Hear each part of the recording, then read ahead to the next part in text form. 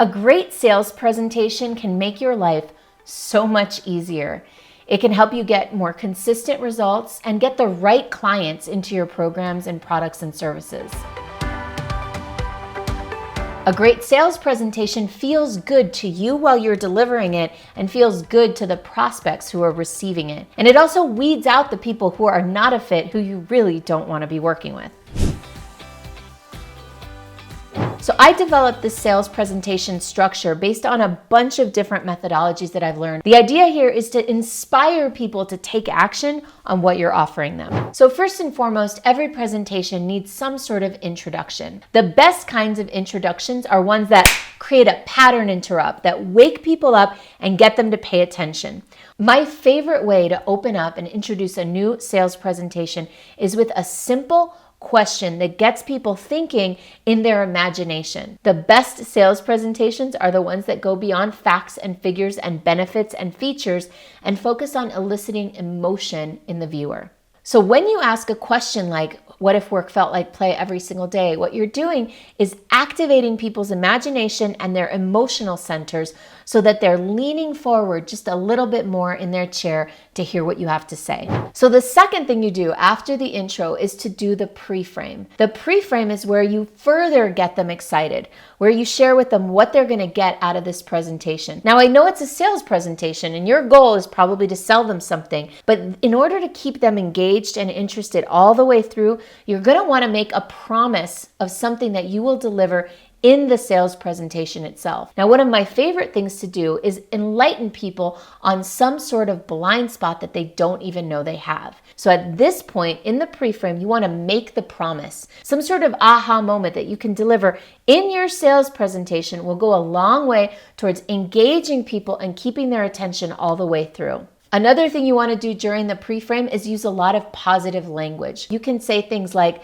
you will understand, you will learn, something that makes a promise about what they will get from the sales presentation. The next thing you get into is my favorite part, which is the diagnosis. So essentially what you're doing in the diagnosis is laying out the gap between where they are and where they want to be. You'll want to do something that a lot of us avoid doing in everyday life, which is dive into the pain and the problems. If people are not feeling the pain of something, they're not going to feel the need to shift or to buy or to make a change. The second thing you want to do is really lay out what's available to them on the other side of bridging this gap. So that's the diagnosis phase where you move into problem and solution. The next phase is the prognosis phase. So the prognosis is where you go into what's this costing you to not solve? What are you missing out on by not having the vision and the dream of what you want? So this is what you want to lay out in the prognosis, right? You've identified in the diagnosis what the gap is. In the prognosis, you want to dive into what's this gap costing this person. The next step is to share the solution, to let them know that there is a solution, you have it, and they can get it. Now notice, you're not selling anything yet. That comes later.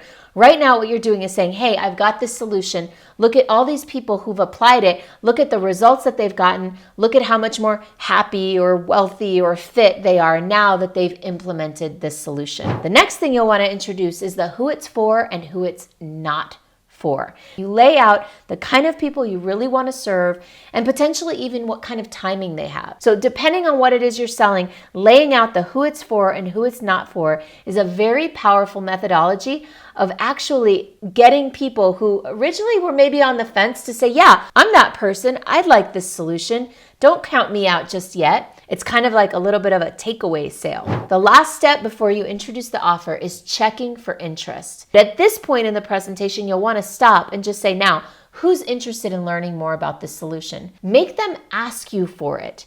Rather than introducing it without their permission or desire, go ahead and hold back a little bit. You've just shared all this information.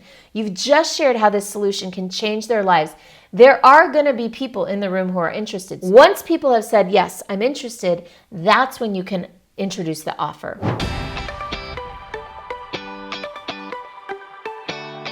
So when you introduce the offer, one of the techniques that a lot of people use and that I really appreciate is the offer stack. The offer stack is where you lay out what's in the package, what's in the program, what's in the offer. Number 1, number 2, number 3. And for each item, laying out what's the value of that item. So whatever it is you're selling, the package of it, introduce each element with a value. Then add up all those values, make it clear that the package is worth it at that value.